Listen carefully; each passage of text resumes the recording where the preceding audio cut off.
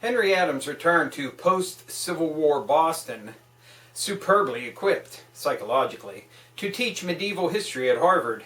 As a rabid pro-feudalist and pioneer Teutonist, he picked up two important student disciples, Henry Cabot Lodge and Theodore Roosevelt.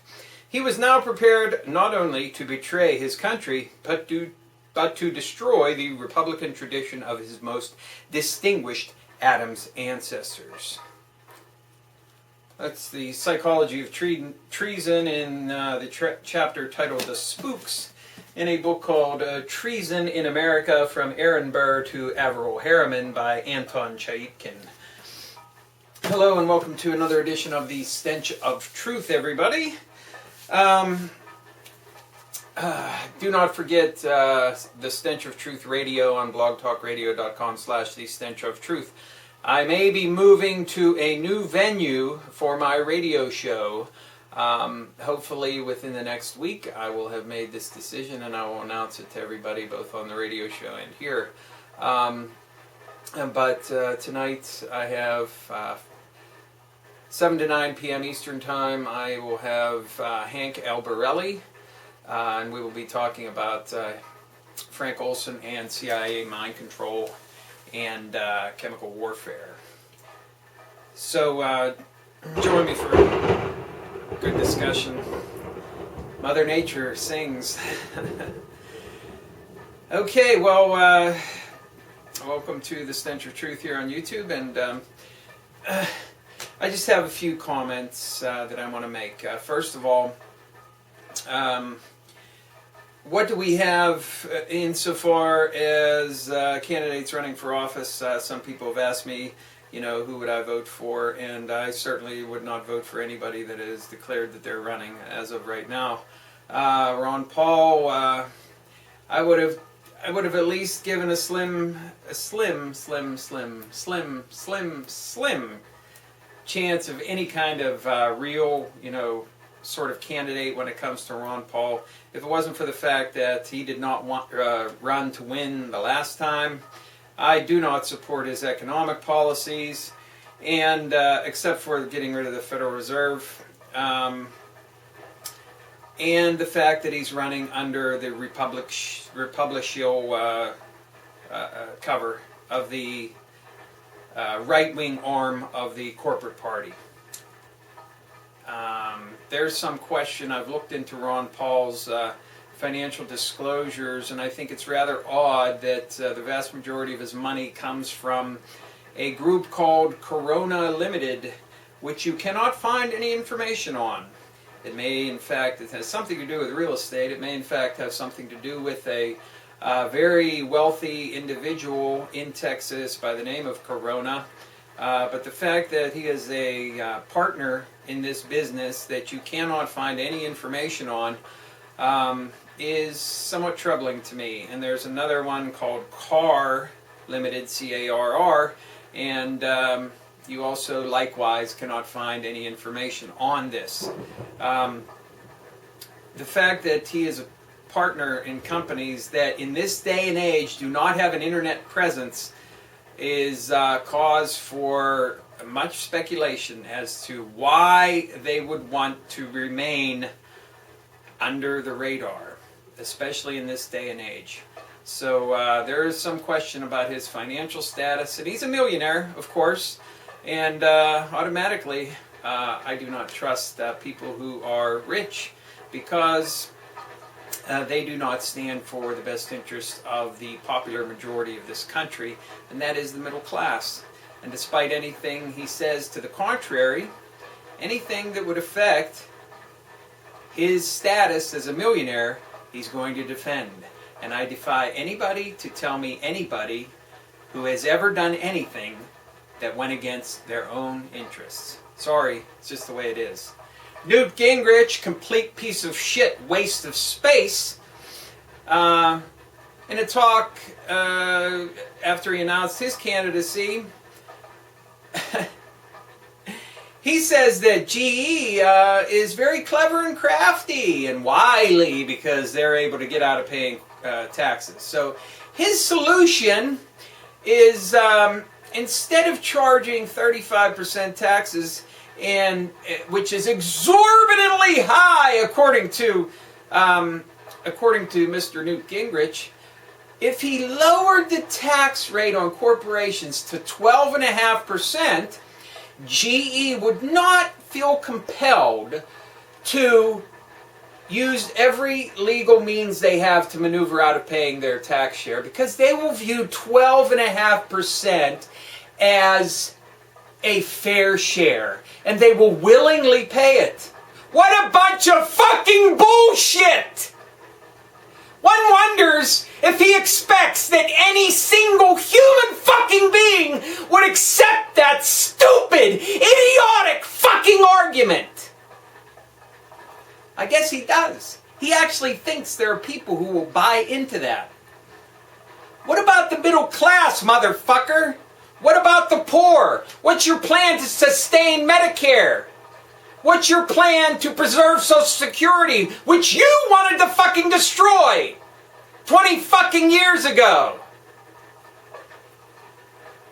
I'm sure it's equally based in ludicrous notions, like your plan for corporate taxes. Stupid fucker! And on the other couple notes, of course, we still have the unwinding of the ridiculous made-up sham story of Osama bin Laden's death, and the enigmatic, secretive SEAL teams that took him out, which is all completely made up and a complete sham and travesty.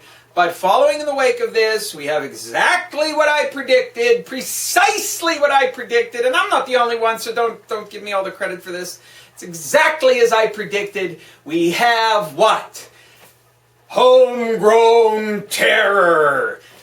Yeah, where you have two people who supposedly wanted to blow up Jewish synagogues. Yeah, right. Completely made up bullshit. Or duped patsies run by the government in order to, what? Preserve the Patriot Act and extend it, and in fact to make it even worse. Count on it!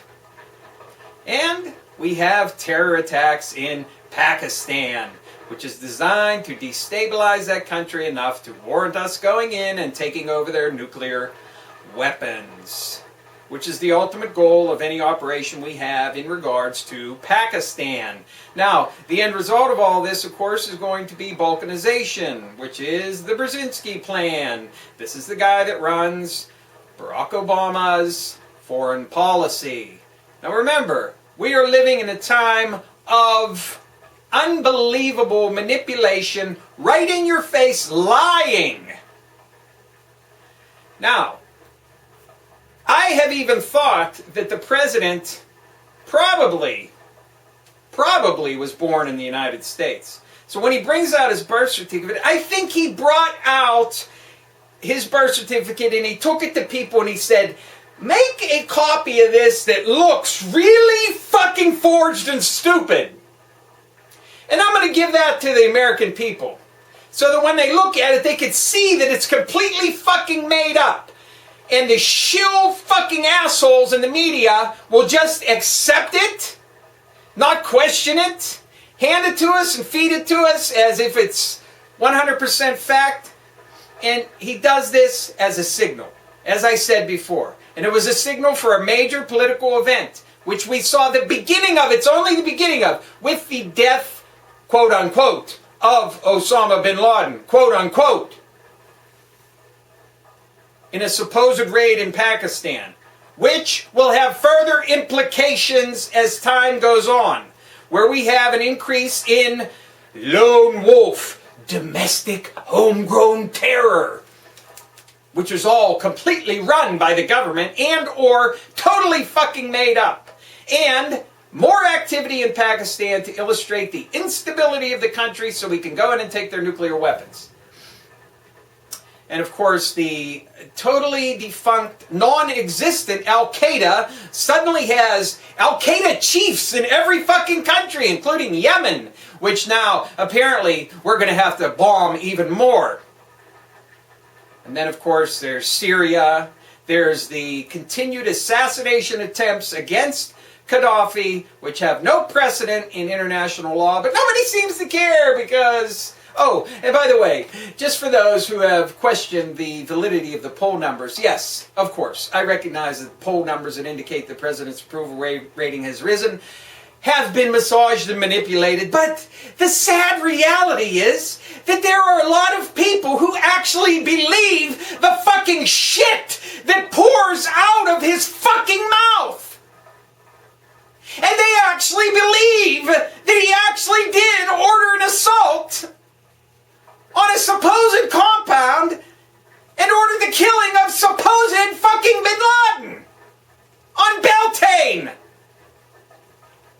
Yes, there are people who believe that. That's the sad fucking reality. So this is what we have. The same fucking shit.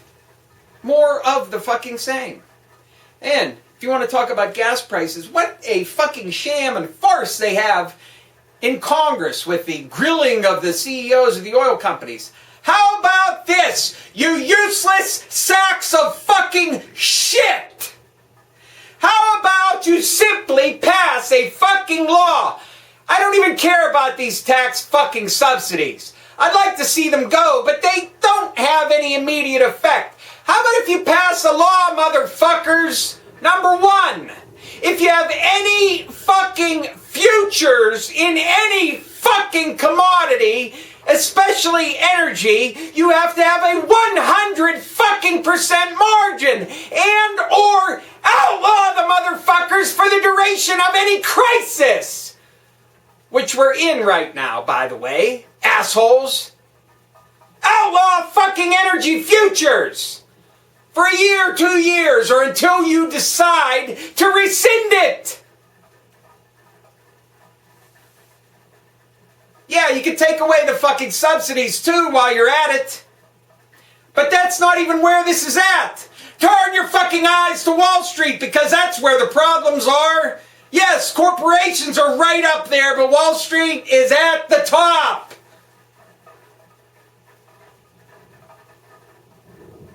So yes, it's a dog and pony show, as Orrin Hatch said, but that's feeding into his left-right bullshit.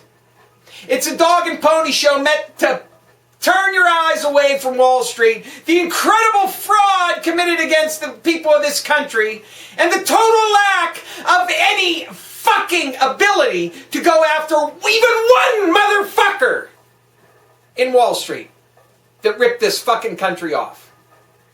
Not one prosecution, not one indictment, nothing. And they continue to get free money from the Federal Reserve. Yes, it's all bullshit. It's all more of the same, completely made up propaganda and or manipulated bullshit lies. That's all we get. And it's in your face lies. It's almost like they're daring you to confront them about their lying. But no one will, of course. And anybody who does, like me, is classified as a kook.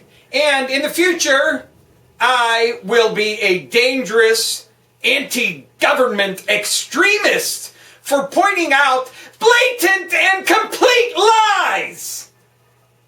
Which I'd like to see someone justify that in some kind of way. But of course, there is no actual logic or reasoning or rationale in this government.